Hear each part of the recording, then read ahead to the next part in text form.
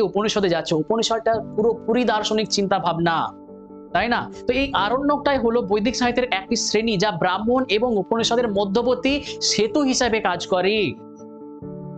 এই গ্রন্থগুলি মেনলি কি, যে বৈদিক আচার অনুষ্ঠানের গুড় বা প্রতীকী অর্থ ব্যাখ্যা যা তপস্বী বা বনবাসী সন্ন্যাসীদের জন্য রচিত। মেনলি আমরা জানলাম যে আরণ্যক এই যে বনবাসী সন্ন্যাসীদের জন্যই এটা রচিত হয়েছে। আরণ্যক আরণ্যক সম্পর্কে এই আমাদের জানা ছিল, আরণ্যক সম্পর্কে আর কোনো কিছু জানার দরকার নেই।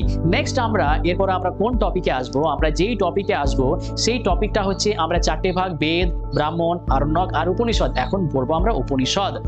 উপনিষদ হলো বৈদিক সাহিত্যের একটা দার্শনিক গ্রন্থ। সবচেয়ে প্রথমেই বলা হয়ে আসছে এটা একটা দার্শনিক গ্রন্থ যা হিন্দু ধর্ম ও ভারতীয় দর্শনের মূল ভিত্তি।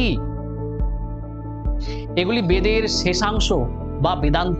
উপনিষদকে বেদান্ত বলা হয়, কারণ এটা বেদের শেষ অংশ, যার জন্য এটি বেদান্ত নামে পরিচিত। খুব ইম্পর্টেন্ট, হোয়াট ইজ বেদান্ত? বেদের শেষাংশ বা বেদান্ত। এই যে বেদান্ত, বেদান্ত বলে একটা অ্যাপ আছে, তাই না? পুরো ওটাকে বেদান্ত অ্যাপ না বলে উপনিষদ অ্যাপ বলতে পারি আমরা নাকি? বলতে পারি। তো এই বেদান্ত হচ্ছে উপনিষদ। বেদান্ত হচ্ছে উপনিষদ, বেদের একদম শেষের পার্টটা হচ্ছে উপনিষদ। তো উপনিষদ শব্দের অর্থটা কি? এটা গুরুর কাছে বসা বা গুরু জ্ঞানের সান্নিধ্য। মানে গুরু আর আরো যদি কথা ভালোভাবে বলা হয়, গুরু আর শিষ্যের মধ্যে কথোপকথন। কি বলা যেতে পারে? গুরু ও শিষ্যের মাধ্যমে শিষ্যের মধ্যে কথোপকথন, এটা উপনিষদের কথার অর্থ। আবার গুরুর কাছে বসার, যখনই বসবে তখনই বসেই তো কি হবে? কথাবার্তা হবে। তো গুরু আর শিষ্যের মধ্যে কথোপকথন হচ্ছে কি? উপনিষদ। ঐতিহ্যগতভাবে 108টি টোটাল উপনিষদ আছে। কটা উপনিষদ আছে? 108টি উপনিষদ আছে। এবার এইটা কি উপনিষদের তালিকা, যে মৃত্তিকা উপনিষদ তালিকা অনুসারে, এসব আমাদের মনে রাখতে হবে না।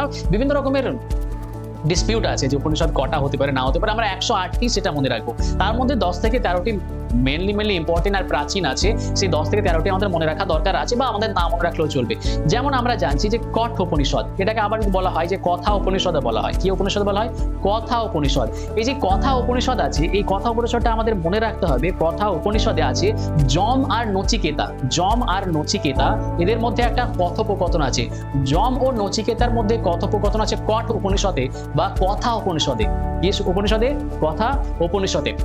আর এদের মধ্যে সবচেয়ে উপনিষদ হচ্ছে বৃহদাকারণ্য উপনিষদ। এই যে বৃহদাকারণ্য উপনিষদ, এটি হচ্ছে সবচেয়ে প্রাচীন উপনিষদ। এই যে বৃহদাকারণ্য উপনিষদ, এটি হচ্ছে সবচেয়ে প্রাচীন উপনিষদ। তাহলে আমরা জানলাম উপনিষদটা হচ্ছে কি গুরু ও শিষ্যের মধ্যে কথোপকথন বা গুরু শিষ্যের সান্নিধ্য বলা যেতে পারে। এটি টোটাল 108টি উপনিষদ আছে। এদের মধ্যে 10 থেকে 13টি আমাদের মনে রাখা দরকার। কঠ উপনিষদ বা কথা উপনিষদের মধ্যে যম ও নচিকেতার মধ্যে কথোপকথন আছে। বৃহদাকার